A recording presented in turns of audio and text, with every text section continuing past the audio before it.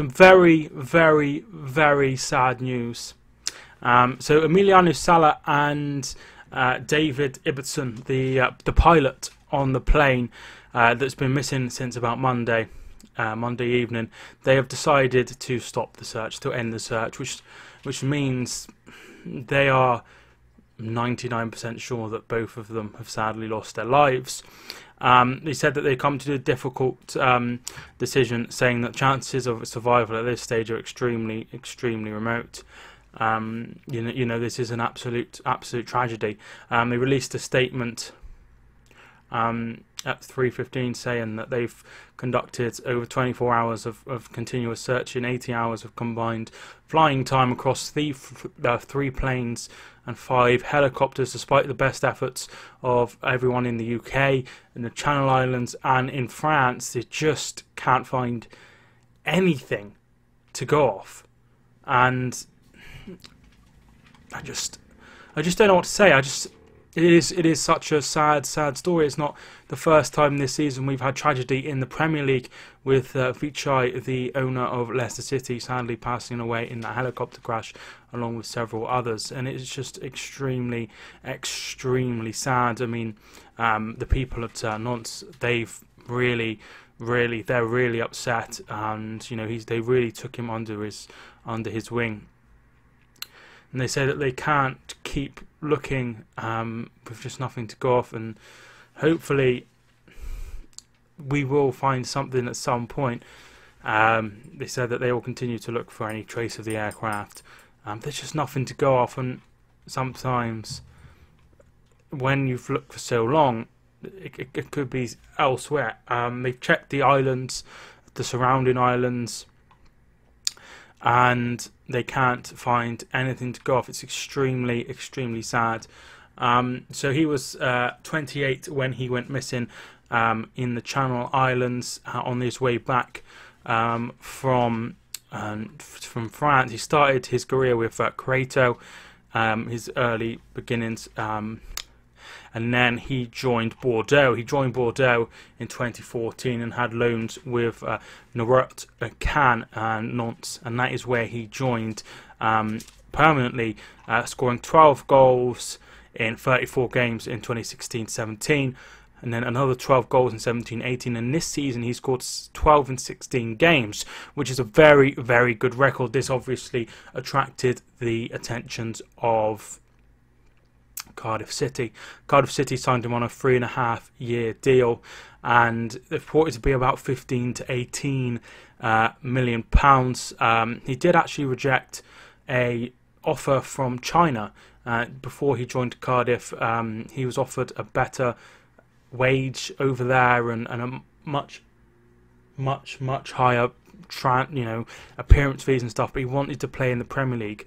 And you know, he had his dream move. It's very, very sad. He seems such a lovely person from what everyone has said about him, and he seemed so delighted to join Cardiff and so delighted to play in the Premier League. And yeah, we had the WhatsApp message from the plane, and you can see that he's absolutely fucking terrified, and it is so sad, but there's just nothing there to suggest they could search for forever on and not find anything. It's just so sad that this poor gentleman has lost his life just when he got his dream move to the Premier League. It's unbelievably sad, and I really just can't believe it, you know. Everyone hopes and prays that nothing ever like this will happen again, but I hope that after the Vichai Shivard Hannah Prava thing, I really hope that nothing would ever happen like this again. But unfortunately, you know, not even 6 months after, we've had another terrible disaster, and this is not the first time football has been struck by a disaster in the air. Of course, we had the one in Brazil a few years back, the Munich air disaster as well. So there has been several, but this is just really really sad. It's really, really horrible that he got his dream move, but he'll never be able to play for Cardiff City. In Cardiff City, they must be absolutely devastated, and you know, Bordeaux and Nantes and whoever else he's played for can, and you've got to feel for everyone involved. You could see the amazing tributes that went on in France. I think there was a PSG game the other night, and there was chanting for him and hoping that he would be found safe. And it just goes to show that not only is normal people are involved with football, and not everyone is as people explain. You know, I'm not a hooligan as some people think all football fans are. We are a loving bunch, and there's nothing really like football that can unite. It was amazing to see the Leicester City and other clubs going and supporting Cardiff in this terrible disaster. And you saw the outpouring from France as well. And you know, Zabaleta, I saw post something. I saw Fernandez, who plays for Newcastle, he posted about it. Bobby Duncan, I saw, who's a Liverpool youth team player. Loads of different people from all walks of life wanted the best news, but unfortunately the best news has not come, and I'm really gutted. I hope and pray that something good comes out of this, but it's just so upsetting. Hopefully this doesn't affect Cardiff too much, and they can still battle to try and stay up.